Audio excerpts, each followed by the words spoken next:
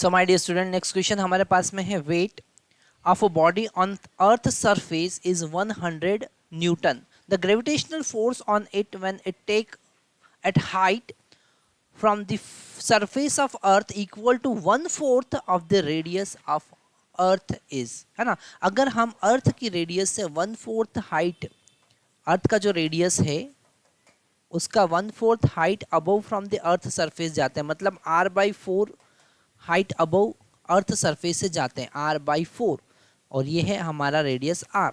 Okay, तो यहाँ पर h का वैल्यू, यहाँ पर g का वैल्यू अगर हम देखें, जिसे हम g डैश कह रहे हैं, है ना, क्योंकि w का मतलब क्या है, w वेट का मतलब होगा यहाँ पर m इंटू जी. ये है अर्थ सरफेस पे, कहाँ पर है, अर्थ सरफेस पे, और इस mg का वैल्यू यहाँ पर हमारे पास में 100 न्यूटन गिवन है. पर अगर हम g डैश कैलकुलेट करें तो उसका फार्मूला h हाइट ऊपर होता है g divided by 1 plus h by r whole square. Okay, ये जो फार्मूला है ये h हाइट ऊपर होता है, और यहाँ पर हमें कौन सा फार्मूला, यही वाला फार्मूला यूज़ करना है, क्योंकि जो डिस्टेंस दे रखा है, जो हाइट दे रखा है वो रेडियस के कंपेरेबल है.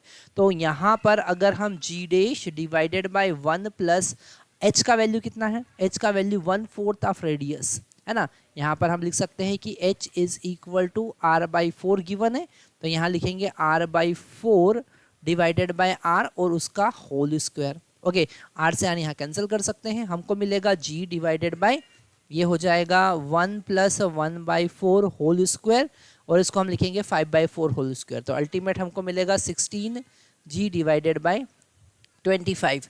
तो w डैश मतलब कि h हाइट अबव जो फोर्स लगेगा, जिसे हम वेट कहेंगे, क्योंकि वेट का डेफिनेशन ही वो होता है, तो w डैश जो होगा वो mg डैश होगा, और mg डैश का वैल्यू हम पुट करेंगे 16 डिवाइडेड बाय 25 इंटू जी, और mg का वैल्यू हम यहाँ से पुट कर देंगे जो कि 100 है. तो 16 डिवाइडेड बाय 25 इंटू 100, ये 4 टाइम कैंसिल होगा और आंसर आ जाएगा 64 न्यूटन. तो h हाइट अबव उस पर जो फोर्स लगेगा वो 64 न्यूटन लगेगा, मतलब आंसर नंबर 2. Thank you.